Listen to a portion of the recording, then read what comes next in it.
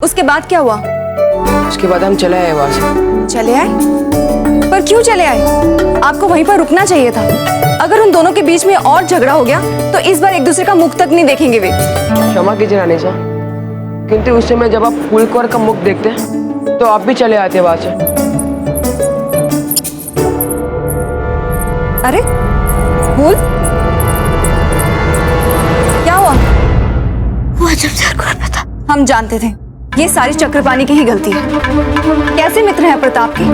जब आपको भागना होता है तो आप खड़े हो जाते हैं और जब आपको रुकना होता है तो आप भाग जाते हैं। जब पता था आपको कि कुंवर प्रताप और अजब देव के बीच में कुंवर प्रताप के साथ विवाह के लिए मान गई हैं। क्या? सच? तो फिर हम यहाँ क्यों खड़े हैं? हमें जाकर सबको बताना चाहिए। चलिए। हम जानते थे कि यही होने वाला है। पंडित चक्रपाणी मिश्रा हमारा नाम। हमारी भविष्यवाणी कभी मिथ्या नहीं होती। चलिए। कुंवर प्रताप, आपको क्या लगता है आप चलते चलते किस ओर पहुंच जाएंगे? अब क्या करें, आप हमें हमारे रास्ते पर बैठने ही नहीं दे रही। और क्या दिक्कत है हमारे सामने? हम जानते कुंवर प्रताप आप हमें छोड़े थे। तो आप हमारे बन की बात ही जानती है। कुंवर प्रताप रुकिए। देखिए, यदि आपने हमें और चलवाए तो हम सगाई समारोह में अच्छे नहीं दिखेंगे, और यदि हम अच्छे नहीं दिखेंगे तो फूल हमें सगाई की कक्ष में आने नहीं देगी। तो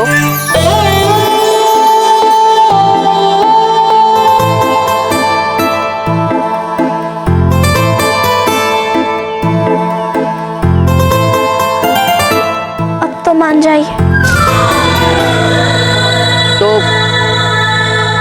आप सहमत है? सहमत? किस लिए? हमारे संग विवाह के लिए।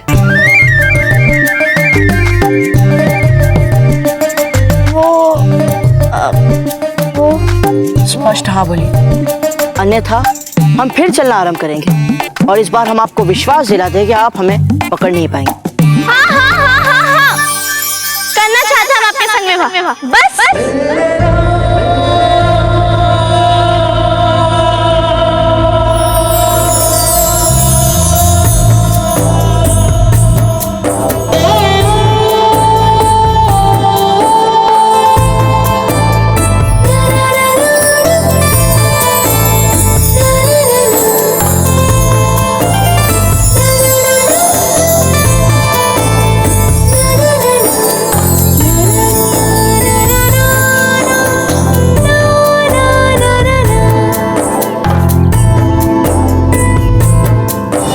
उदय जी, हमारे आग्रह पर एक दिन रुककर आपने जो हमारा मान सम्मान बढ़ाया है उसके लिए हम हृदय से आभारी हैं। क्यों रोका है वो आप भी अच्छी तरह से जानते हैं और हम भी। संभवतः उत्तम, अति उत्तम। क्यों इधर उधर की बातें की जाए, हम मूल विषय पर आते हैं और मूल विषय है फूल और कुंवर प्रताप की सगाई।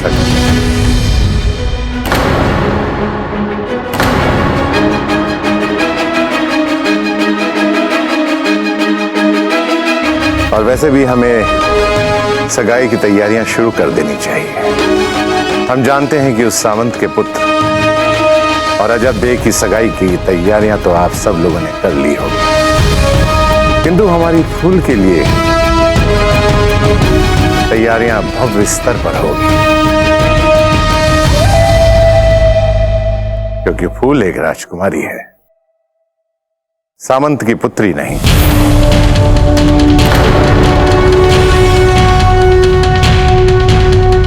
क्या अर्थात फूल ये सबसे कहने के लिए चले गए कि हम दोनों विवाह के लिए सहमत हो चुके हैं? हाँ बाबूजी, हाँ।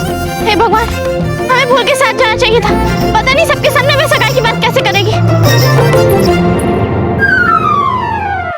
हम मीना चक्रपाणी, आप हमें सबके सामने हमारी सगाई की बात करने के लिए कैसे जाने दे सकते हैं? अच्छा हुआ जो हमारी बुद्धि जाग गई। बाबूजी ने नहीं कहा तो? इनकी बात छोड़िए, ये तो वैसे ही कुछ नहीं कहते हैं। सुनिए, मिथ्या आरोप लगा रहे आप हम पर। हमने ही सदा सब कुछ बोला है। कभी नहीं। सदैव। कभी नहीं। सदैव बोला है हमने। कभी नहीं। हमने कहा ना, सदैव बोला है हमने। हमने कहा ना, कभी नहीं। हमने सब कुछ बोला है सदैव। कभी नहीं। सदैव। कभी नहीं। सदैव। इस समय नहीं तो आपको नक्शे पे सदैव बोला ठीक है। हमने। कभी नहीं। आपकी ग्रह हम कह रहे सदैव बोला। जब भाग जाइए कह ऐसे। रहे ना कभी नहीं, सदैव बोला। कभी नहीं। सदैव। अच्छा, हमने आपको लक्ष्मी के बछड़े होने का शुभ समाचार सुनाया था ना? हमने आपको हमारे सभी युद्धों के बारे में बताया था। सब कहाँ बताया था आपने? सब कुछ जानना भी आवश्यक नहीं था आपके लिए। देखो, पकड़े गए ना?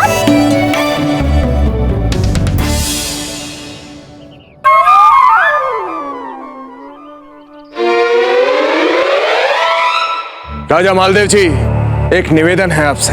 कहिए, अवश्य कहिए।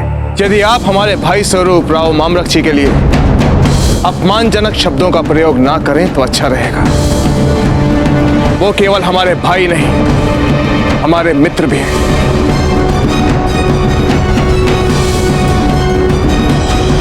राणा जी, राजा मालदेव जी ने कोई अनुचित बात तो कही नहीं है, उन्होंने ठीक ही कहा है।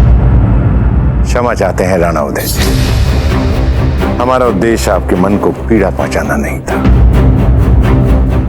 तो क्या हम बीन बींदड़ी को बुला के उनकी सगाई की औपचारिक सूचना दे दें? अब हमसे और प्रतीक्षा नहीं होता है। हम तो बस फूल के मुख पे प्रसन्नता देखना चाहते हैं, बस।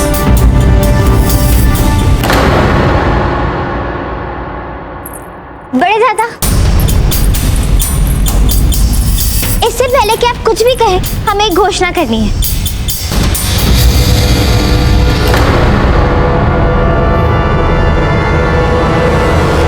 नहीं, हमें बहुत ही महत्वपूर्ण घोषणा करनी है। फूल, बड़ों के सामने इस तरह से बात नहीं करते।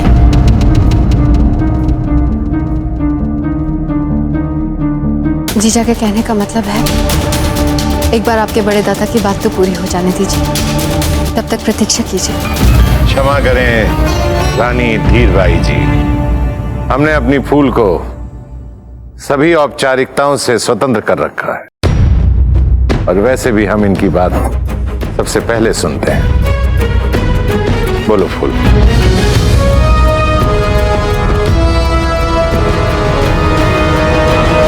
अजब दिन ने कुंवर प्रताप के साथ विवाह के लिए सहमति दे दी है।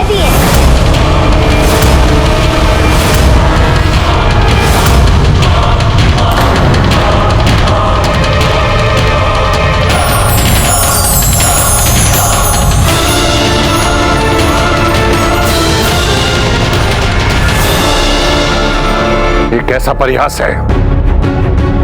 आप तो सदा हमसे ये कहती चली आई हैं कि आप कुंवर प्रताप से विवाह करेंगे, और इसीलिए हम आपको अपने साथ लेकर आए हैं। और जब हम आपके मन की बात पूरी करना चाह रहे हैं तो आप कुंवर प्रताप और अजब दे की बात सुना सुना कर प्रसन्न हो रही हैं।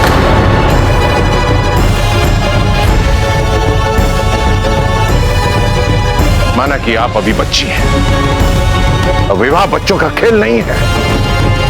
बदल लिया होगा जब देव ने अपना विचार, किंतु राजा मालदेव सिंह के निर्णय बदला नहीं करते हैं। अगर कुंवर प्रताप का किसी के साथ विवाह होगा तो फूल कमल के साथ साथ बस।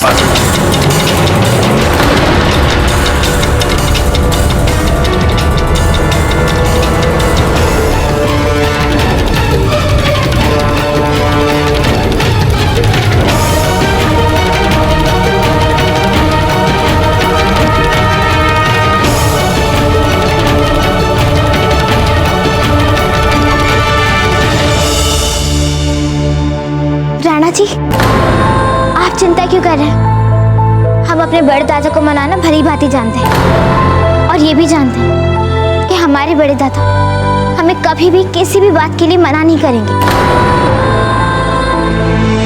हमने आपकी हर बात मानी है, हर इच्छा पूरी की है, आपके हर हट का साथ दिया है, और उसके बदले में आपने हमें यह सिला दिया। पहले आपने पीढ़ियों से चले आ रहे शत्रुओं के परिवार मेवाड़ के घराने में विवाह की इच्छा जताई। हमारी होने वाली पत्नी के साथ छल से विवाह कर लेने वाले राणा उदय सिंह के पुत्र के साथ आपके विवाह की इच्छा को माना। अपने मान अपमान और मेवाड़ के साथ हुए अभी अभी युद्ध को हमने भूलकर आपकी इच्छा को हमने पूरी करना चाहा, और इसके बाद भी केवल आपके लिए हम बिजौलिया आते हैं और अपने शत्रु के सामने घुटने के बल झुककर उनके पुत्र के लिए आपका हाथ मांगते हैं, और इसके बाद आप घोषणा कर देती हैं कि आप अजब दे और कुंवर प्रताप का विवाह चाहती हैं। क्या हम आपके लिए कुछ नहीं कहते? बड़े दादा, आपका क्रोध हम पर बिल्कुल उचित है। आपने जो भी बातें कही वे सब सच थी, किंतु बड़े दादा ये तो आप भी जानते हैं ना कि कुंवर प्रताप और अजब वे दोनों एक दूसरे के लिए बने हैं। ये तो आपको चित्तौड़ में ही पता लग गया था, उस नाटक प्रदर्शन में। जब हम आपके बिना चैन से नहीं जी पाएंगे तो हमारा ये बलिदान हमारी मातृभूमि के लिए क्या लाभ हो सकता है सबसे? किंतु आपने अपने आप को ये कहकर मना लिया कि आप कुंवर प्रताप के स्नेह को हमारे लिए प्राप्त कर लेंगे, क्योंकि आपके लिए तो कभी भी कुछ भी असंभव नहीं रहा ना बड़े दादा। आप क्या ये चाहते हैं कि आपकी भूमि किसी सच्चे स्नेह, सच्ची भावना को आपकी सहायता से प्राप्त करें?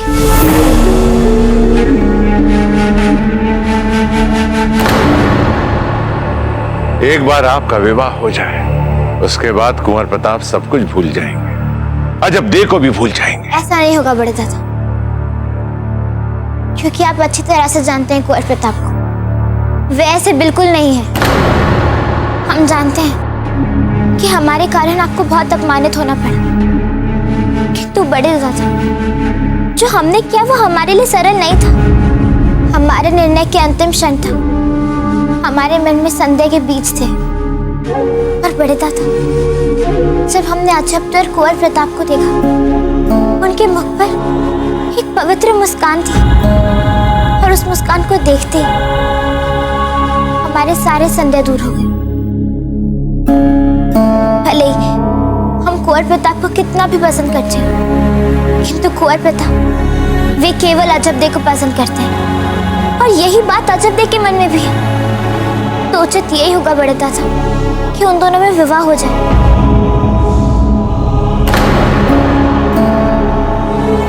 ये तो अच्छा हुआ कि समय रहते हमारे मन में ये सब बातें आ गई, हम सब कुछ समझ गए।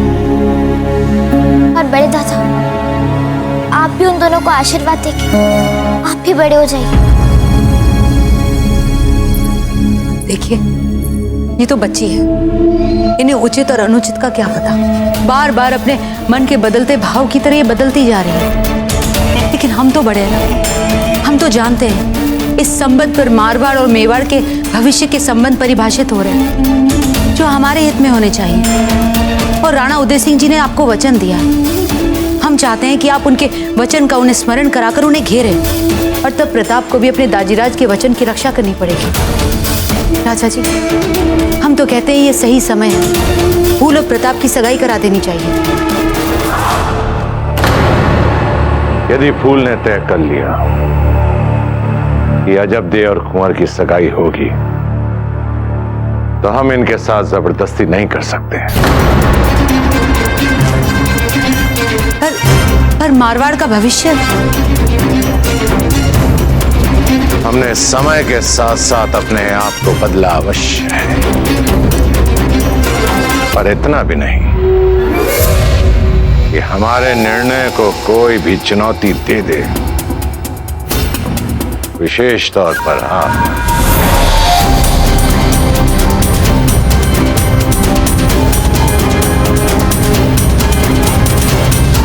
फूल, हमने पहले भी आपसे कहा था और आज फिर कह रहे हैं, भावुकता हमारे किसी काम की नहीं है, और विशेष तौर पर राजसी लोगों के लिए हम आशा करते हैं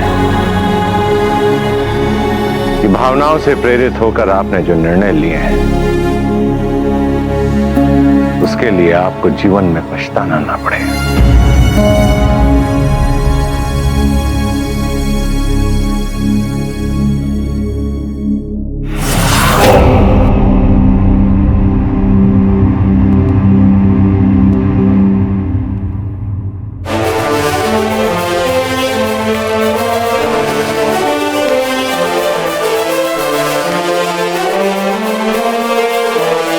सबसे अहम फैसला है जगह का। कहां सजा दी जा रही है, किन किन के सामने सजा दी जा रही है, और आखिर में बात आती है कैसे सजा दी जा रही है। तो पहली बात, एक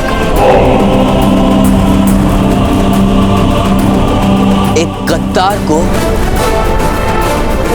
हमेशा तमाम फौज के सामने ही सजा दी जानी चाहिए।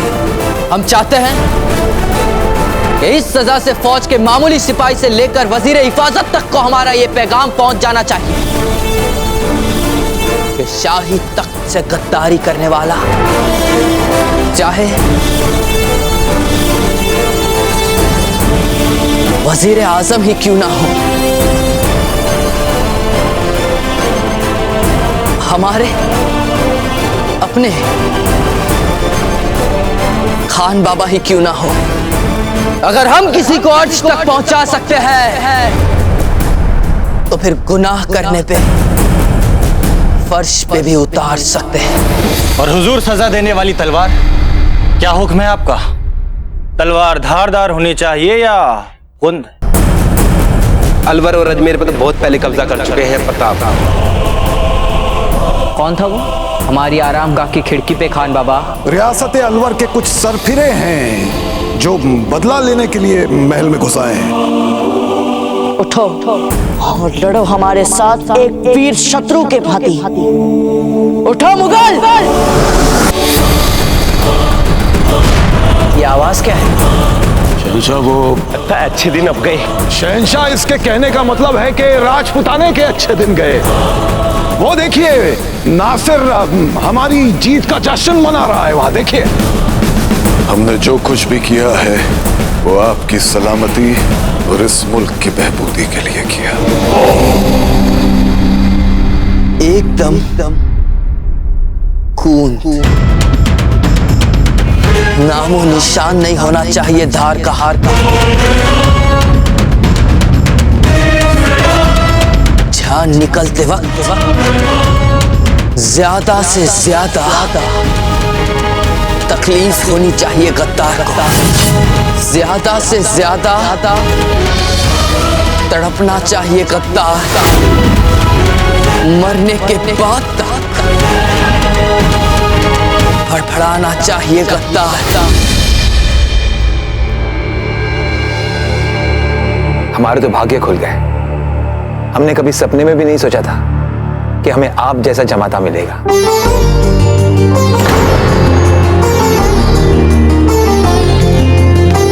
सुखी रहो। राव जी, आपने नहीं देखा होगा ऐसा सपना, किंतु हमने तो जब से कुंवर प्रताप और अजबदेव को साथ में देखा था, तब से ही ये सपना देख रहे थे इन दोनों की जोड़ी बन जाए।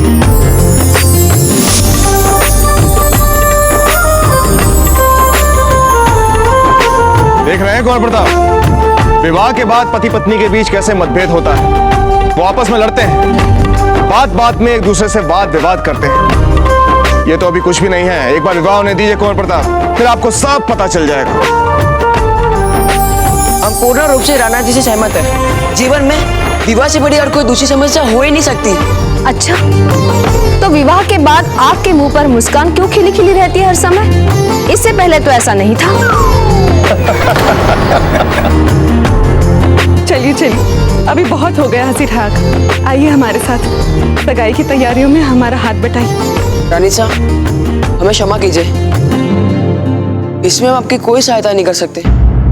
क्यों?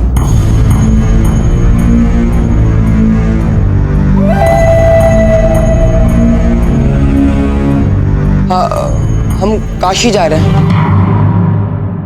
अचानक काशी?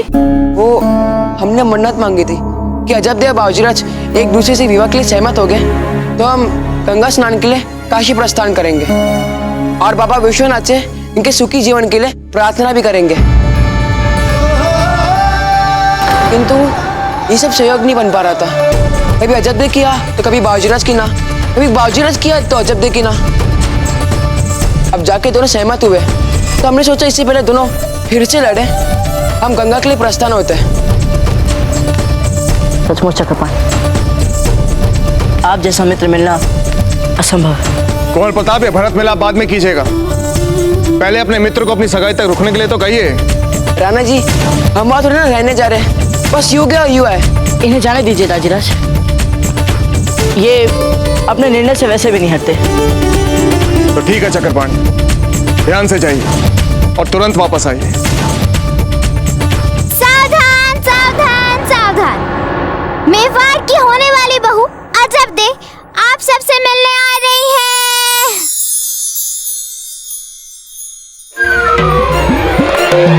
चक्रपाणी आइए, हम आपको बिजलिया से निकलने का मार्ग बताते हैं। नहीं नहीं बाजीराज, इसकी कोई आवश्यकता नहीं है, हमें सारे मार्ग पता है। फूल अजब देखो ले आइए। क्या बात है? पता नहीं रानी, मुगलों के साथ युद्ध करते समय भी इतनी घबराहट नहीं हुई थी जितनी अब हो रही है।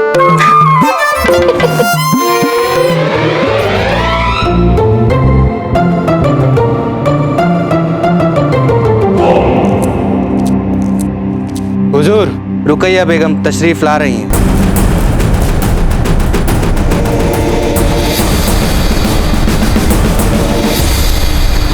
आप सब जाते वक्त इस बात का ख्याल रखिएगा कि यहाँ हमारे आसपास भी कोई ना आ सके, रुकैया बेगम भी नहीं। तखलिया,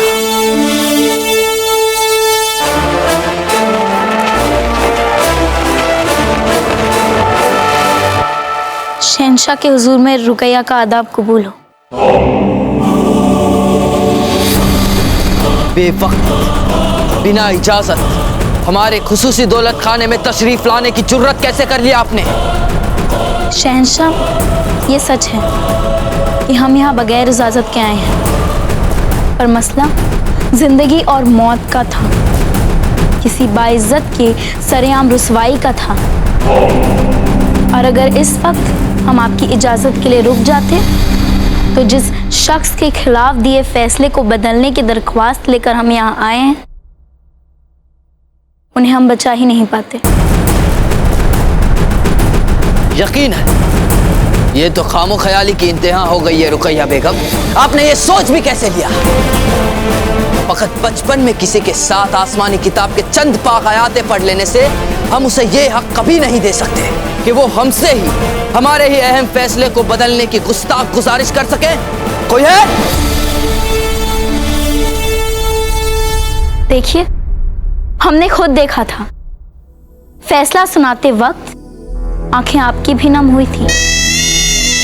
खान बाबा को सजाए मौत सुनाते वक्त गला आपका भी भर गया था। ये जो आपने अपने चेहरे पर सख्त जान का नकाब ओढ़ रखा है, इसके पीछे का आपका असली चेहरा खान बाबा की मौत पर जार जार होकर रोने वाला है। दिल आपका भी दुख रहा है और रूह आपकी भी कलप रही है।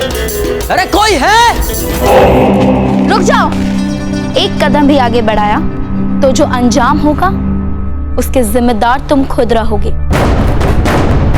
हम अपने शौहर के साथ ज़ाती गुफ्तगू कर रहे हैं। हमारे पास ना ही कोई असला है और ना ही कोई हथियार। दिमाग है तो उसका इस्तेमाल करो और फौरन यहाँ से दफा हो जाओ।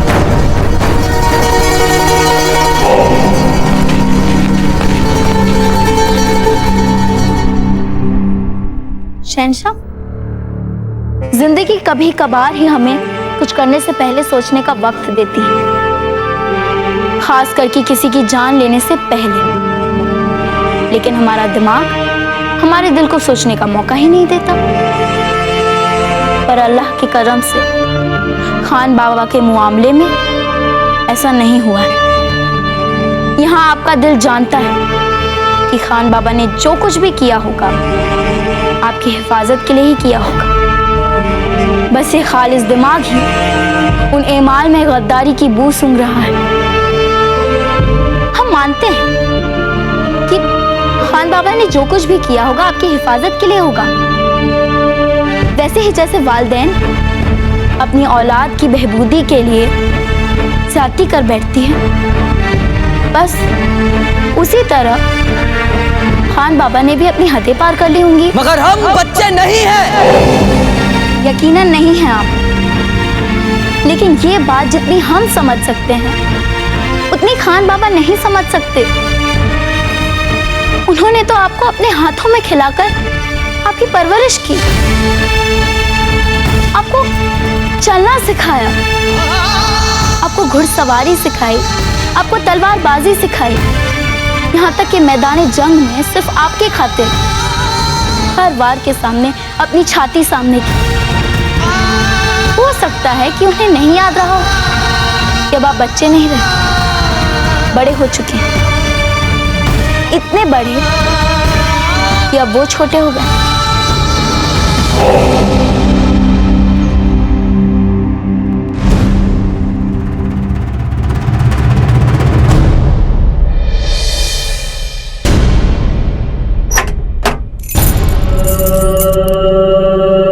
उठिए, आपकी सजा का वक्त हो गया है।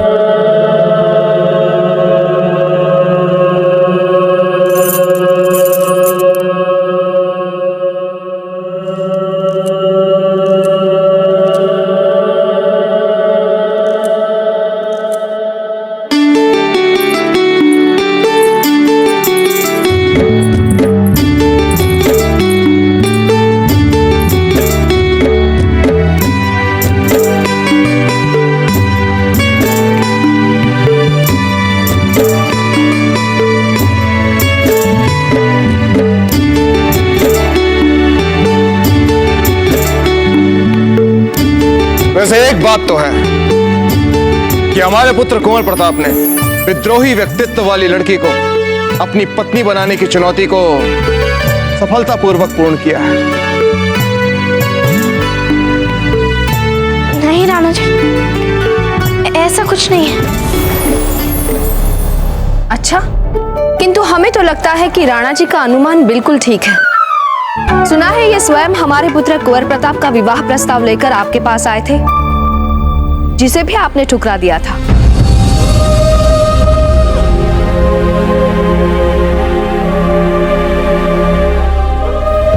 हम कुंवर प्रताप का सम्मान करते रहेंगे, किंतु हम उनसे विवाह नहीं कर सकते राणा जी। अगर हम आपसे ये कहें अजब दे कि हमें आपके इस बलिदान की कोई आवश्यकता नहीं है, तो फिर हमें आपकी अवज्ञा करने की धृष्टता करनी होगी। हम क्षमा मांग रहे हैं आपसे, क्षमा कर दीजिए, क्षमा कर दीजिए। कुंवर प्रताप, आप कुछ बोलिए ना। अब इसमें हम क्या बोले? हाँ हाँ, कुंवर प्रताप बहुत अच्छे लड़के हैं, अपने माता पिता की सभी बातों का सम्मान करते हैं। अब हमारी पुत्री जैसे थोड़ी ना है। माँ, आप भी? तो क्या गलत कहा आपकी माँ ने? सही तो कहा है।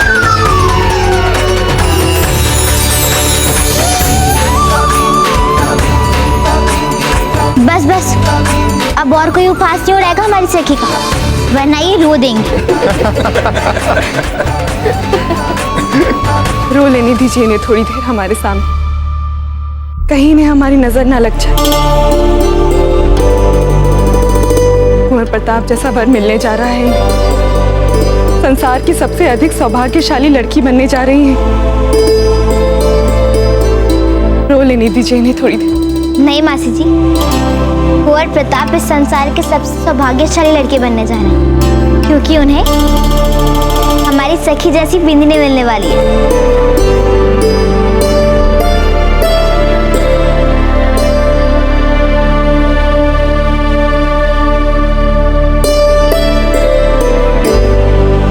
ठीक कहा पूनम।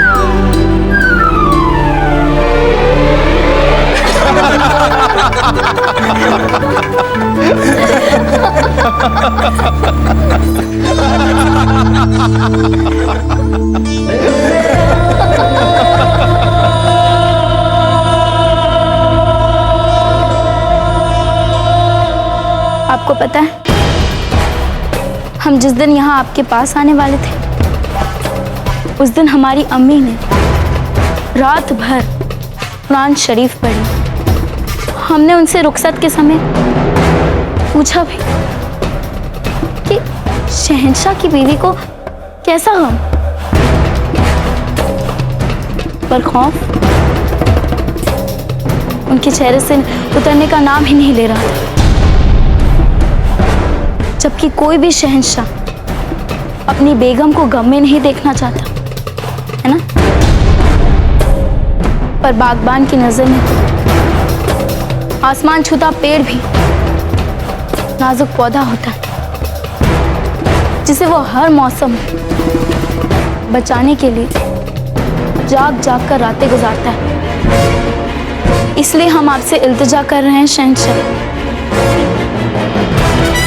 वालिदैन को हमें हजारों बार हमारी गलतियों को मुआफ करने का मौका मिलता है, और अगर कभी कभार किस्मत से अगर हम बच्चों को ऐसा मौका मिले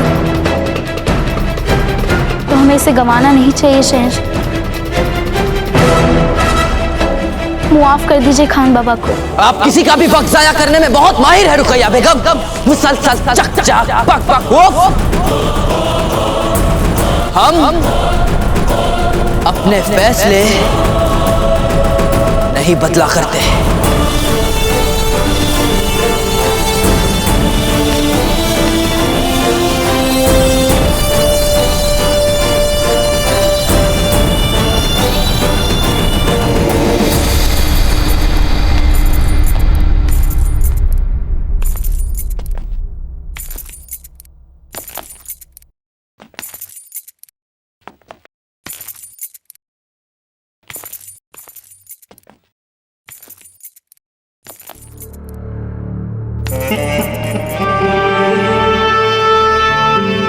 आज जो कुछ भी हमारे साथ हो रहा है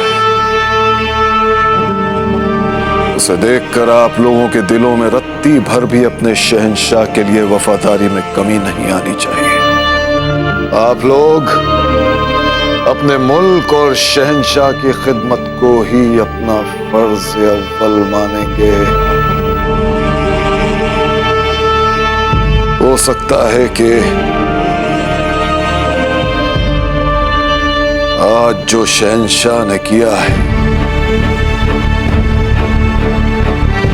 वो आप सबको गलत नजर आ सकता है, लेकिन जिस तरह परवरदिगार आलम जब जब हमारा इम्तिहान लेता है हमारा ईमान डोलने लगता है, लेकिन वो जो कुछ भी करता है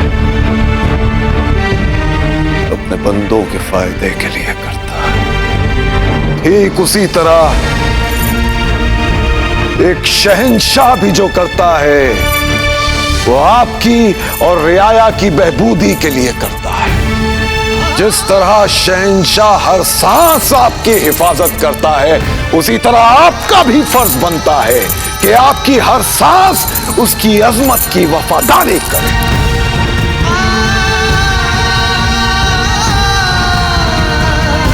आखिरी बार हमारे साथ बोलिए, जिंदाबाद जिंदाबाद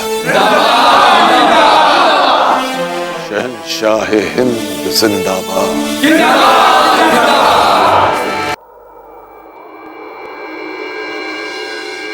यही तो रखा था पत्र।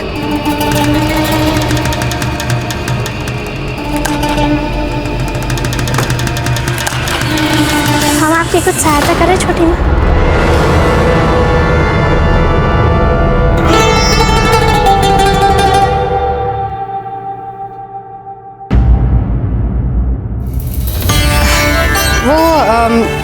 अजब दे हम कुछ मूल्यवान वस्तु यहाँ भूल गए थे, उसी को खोज रहे थे, पर इस कक्ष में नहीं है तो हो सकता है दूसरे कक्ष में होगी। हम वहां ढूंढ लेते हैं। इसे ढूंढ रही हैं आप छोटी बहन?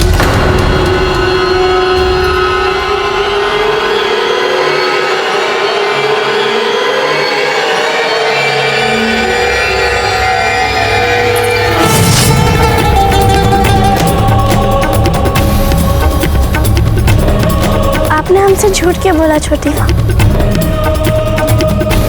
इस पत्र में जो लिखा है हमें बताया क्यों नहीं आपने?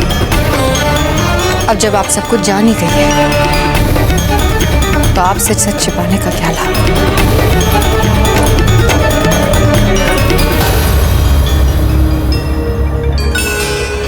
सच कहें आपसे अजब थे, हमें लगता है कि फूल ने पीछे हटकर गलत किया है। बच्चे हैं आप सब, नहीं देख पाते कि मातृभूमि के हित में क्या सही है क्या गलत है।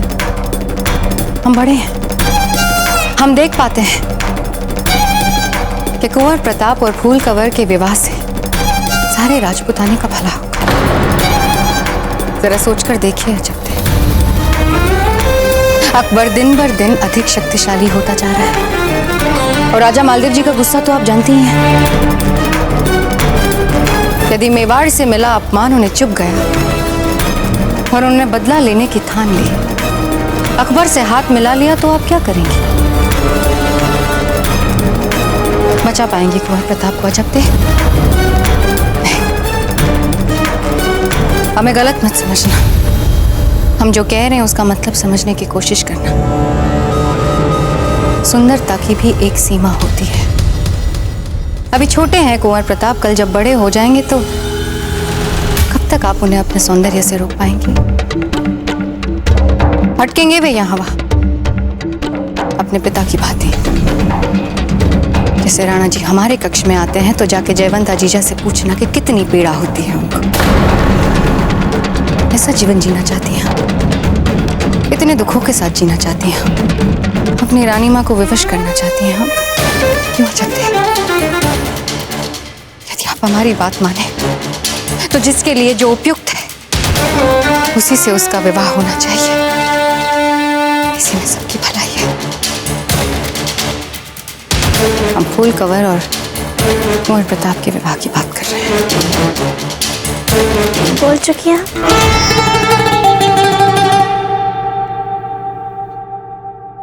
अब हम कुछ बोले? बोल चुकी हैं?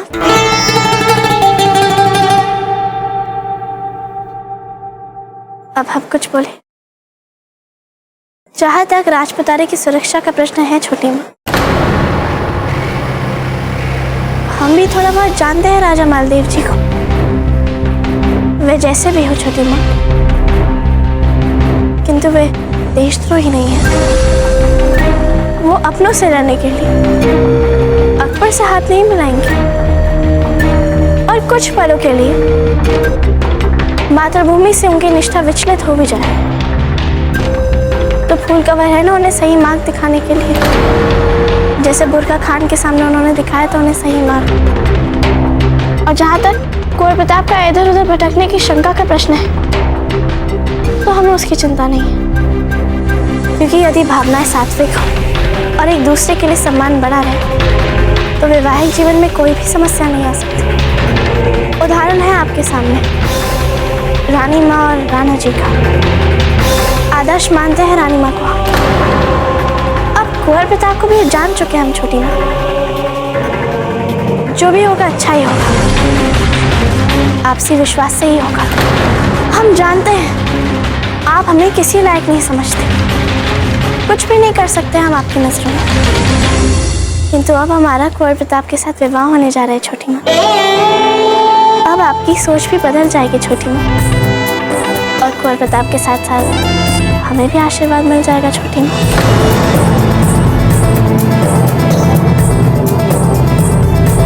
हम आगे नहीं।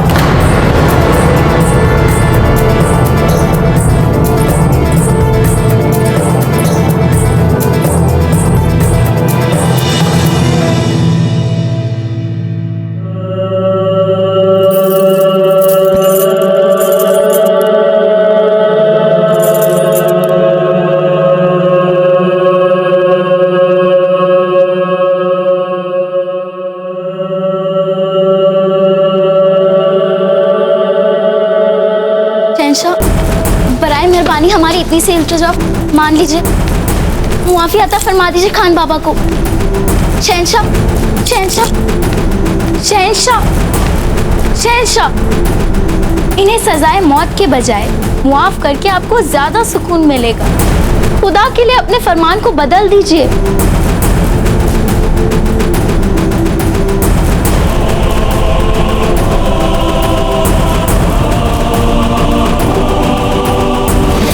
देखिए आपके एहतराम में कितने अदब से, कितनी खामोशी से अपनी सजा को कबूल कर रहे हैं। ये तमाम फौज जो इन्होंने अपने खून पसीने से बनाई है वो इनके सामने खड़ी है। ये चाहे तो अपनी बनाई हुई फौज को आपके खिलाफ भड़का भी सकते हैं, लेकिन ये ऐसा कुछ नहीं कर रहे हैं क्योंकि ये गद्दार नहीं हैं। ये तो आपकी सल्तनत के खैर ख्वाह हैं, खिदमतगार हैं। आप ही कुछ कहिए ना शहंशाह को। आप अपने ज़मीर को हाजिर नाजिर रख के देखिए। क्या आपको नहीं लगता कि शहंशाह को उन्हें माफ कर देना चाहिए? हम भी नहीं चाहते जलाल कि आप बैरम खान को सजाए मौत दे।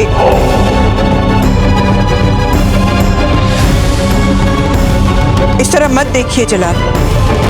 हम रुकैया बेगम की सलाह से सहमत हैं और बेखौफ होकर सरेआम सच्चाई का साथ देना चाहते हैं। हमारा भी यही मानना है कि सल्तनत की सलामती के लिए बैरम खान की सलामती बेहद जरूरी है। और फिर आपके अब्बा मरहूम भी तो यही सोचते थे। उनको तो पूरी सल्तनत में बैरम खान पे सबसे ज्यादा यकीन था।